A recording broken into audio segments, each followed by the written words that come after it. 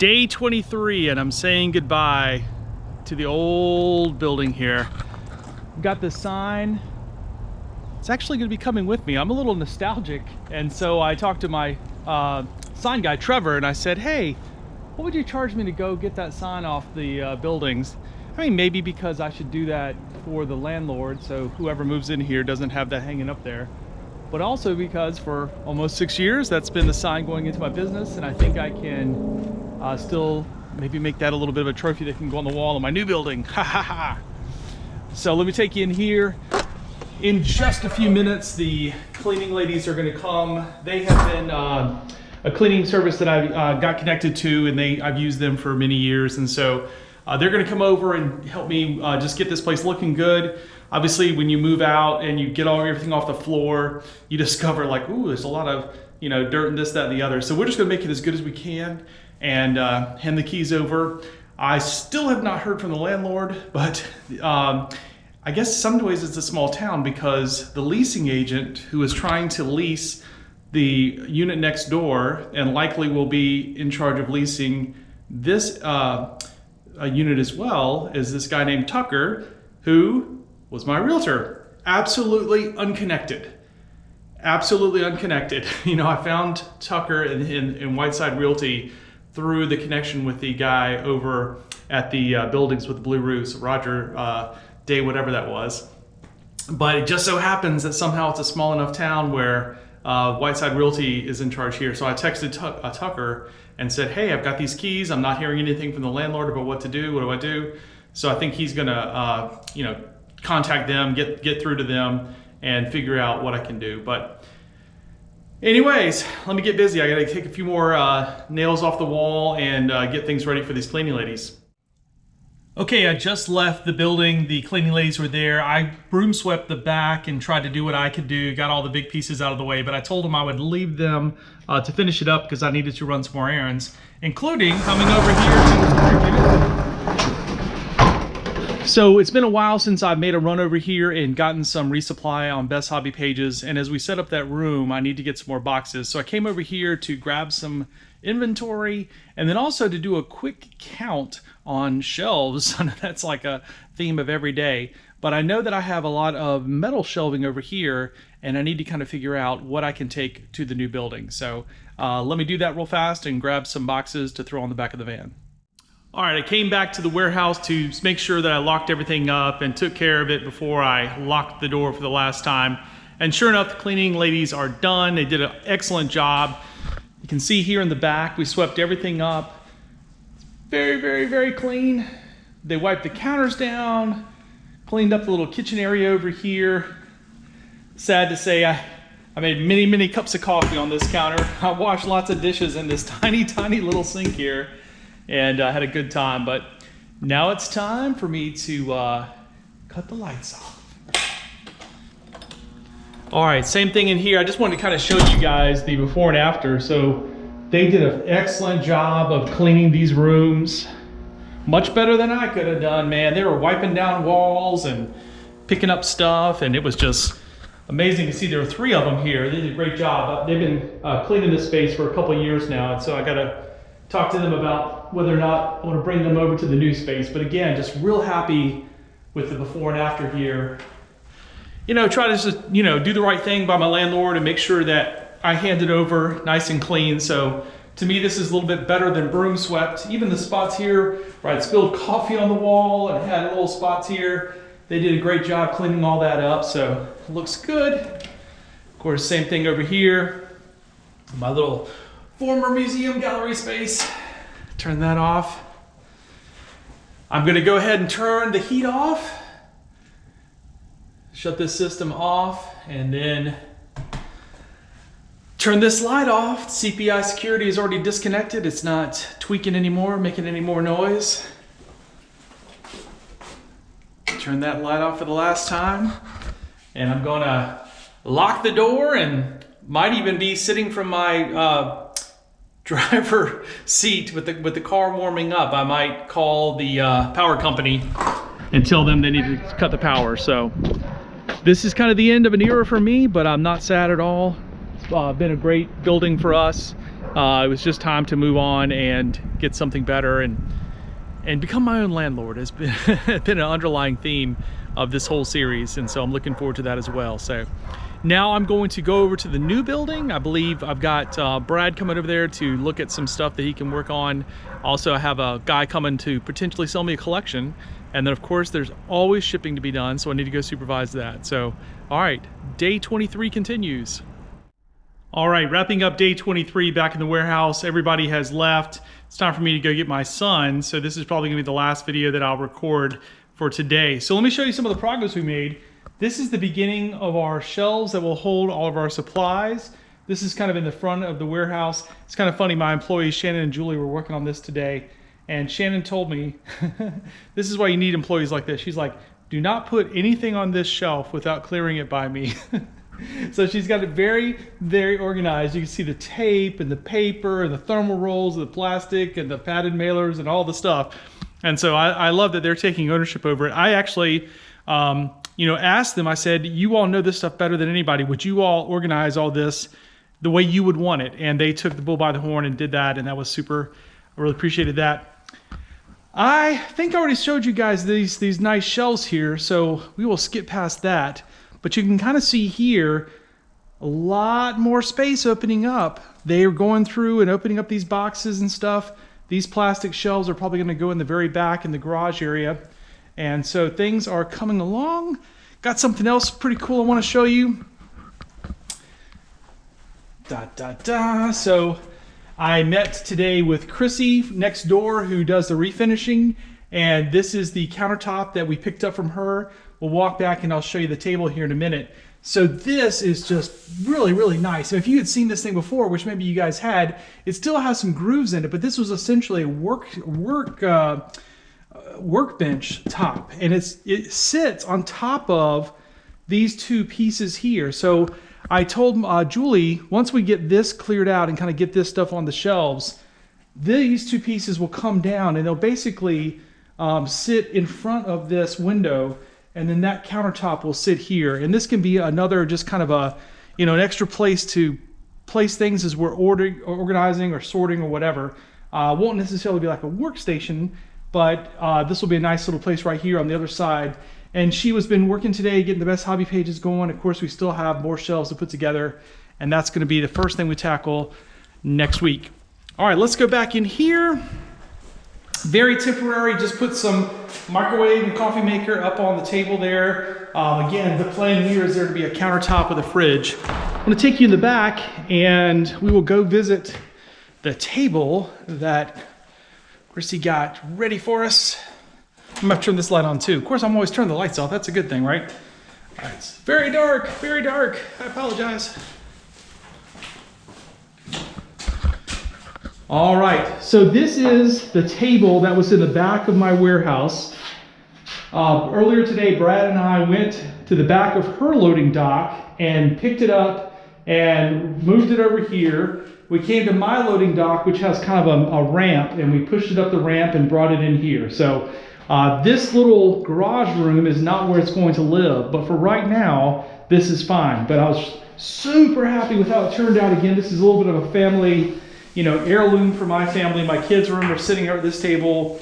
It used to sit on our deck outside at our old house, and it's been kind of a sorting table for us. That's what I've always called it, although my wife calls it the Knights of the Square Table. But you can see on the bottom here, it now has casters, so this puppy will roll around. And then Brad, who's been helping me, brought some long lag bolts that we can use just to kind of shore it up a little bit here and get that tighter. So that is looking good. All right, I'm gonna turn the lights off. It's gonna be dark, it's gonna be dark. Don't worry, we're gonna get out of the dark quickly. All right, I got one last thing to show you guys, and it is super cool. So you would remember me telling you that I had a collector who was going to come by today and see me, and the plan was for him to sell me some stuff. And he did. I made a purchase today. It's not often that people come directly to me. Sometimes they'll ship me stuff, or sometimes, rarely, I'll go get it. But this guy came to me, and I didn't buy everything he had. He was kind of, you know, fishing a little bit. He had looked up a lot of prices on eBay to see what things were worth. And so whenever, like any of you, if you go to a thrift store or to a garage, you know, anywhere, and someone has like Post-it notes on each item with how much they saw it for sale on eBay, you automatically are like, this isn't going to work out. And I just explained the math to him. I said, you know, these patches I normally sell for like $5, $6, $7, $8. I said I could, you know, buy them from you for like $1 or $2 each, but I can't pay you $5 if I can only sell it for $6 or $7. It's just the math doesn't work. So we looked at a lot of stuff. He got super nice. We looked at a lot of stuff, and we came to a deal on some items, which I'll be happy to show you here. So this was a bag of items from the Northeast, mostly New York neckerchiefs, which are like our little neck scarves. And he had bought these, he said, from an estate sale. And so I paid him a little bit more than what he had invested in them. So he was happy about that. The big kicker was this guy right here. So if you look at this old uniform, you can see it is really old. It's a little tattered, but the thing about it for me that is so special is that this is a very, very old 1930s going into the early 1940s during the war North Carolina scout uniform. And so I won't zoom in super close, but there on here there are some patches from East Carolina Council, which is in Jacksonville as a headquarters. It's or is it Greenville? I think Greenville. I think it's Greenville in the eastern part of the state. And so this is a part of the state that I really don't have. I do have a collection of this stuff, but I don't really have anything rare and old. But the kicker is, the thing that I was really, really excited about was this little guy right here. Now you can't even read that. It's so faded out, you can't tell what that is. But what it is in 1941 at the University of North Carolina at Chapel Hill, they held this thing called the Carolina Jubilee, which was a huge like regional event for scouts. And scouts from all over the Southeast went to this event. There were thousands of them there. When I was researching scout history in South Carolina, in the little town of Dillon, where I used to teach, I came across an article where scouts from Dillon, South Carolina went to this event. So this patch is one that I've never had in my collection. I have never had the opportunity to get it, and it walks into my door. You can't make this stuff up. And so we haggled just a little bit over this, not too bad. And he told me what someone had offered him before for it, which was a lot of money, and I agreed to pay that amount. So here's the thing that many of you are just not going to get if you are not a scouting memorabilia collector. There's a lot of sort of like sayings people have in the reseller community, and I think one that I remember seeing in maybe a tech and sports video was that he would say, "I collect dollar bills," right? And so the idea being that you're not sentimental about anything because you're running a business and you're just trying to sell stuff and make money. Well, I can tell you that I never, ever would have gotten into eBay and reselling if I didn't start as a collector. And in fact, there's a guy who has a baseball card channel, and he introduces himself as collector, investor, dealer, in that order. I think maybe I butchered that, but that's basically what he says. And the point being that if you are a collectibles seller, right, you have to kind of, I'm going to say you have to, this is my opinion. It's important to have a passion for that collectible so that you really enjoy it and you're willing to put in the 10,000 hours, you're willing to become somewhat of an expert and get to know all these things. And so for me, having a collection is the whole reason why I ever started selling anything.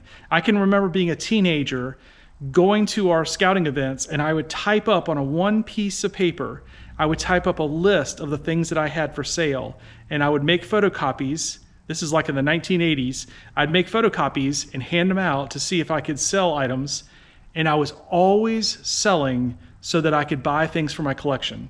Because as a young kid whose parents weren't rich or anything, they were like very average parents. One was in the Air Force and one was a nurse, and so I didn't have a lot of money. I had to go out and earn money, and so if I wanted to build my collection, I had to buy things, resell, and flip. And that was starting in the 1980s, and so all through this time, all the way up until now, that's what I have done. And so Some of you would just about choke if I told you how much I paid for this and then followed up by telling you it's not for sale.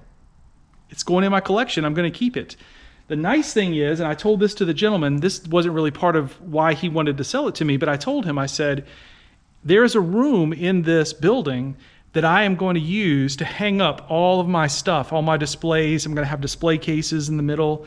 And I said, this is going to go in that display. And it absolutely will, because it's a showstopper. Anybody from the Carolinas who came and saw this, they would be like, oh my God, they would point to this patch and that patch, and they would want to know the story. So I actually have a little bit of detective work to do now. He told me the man's name.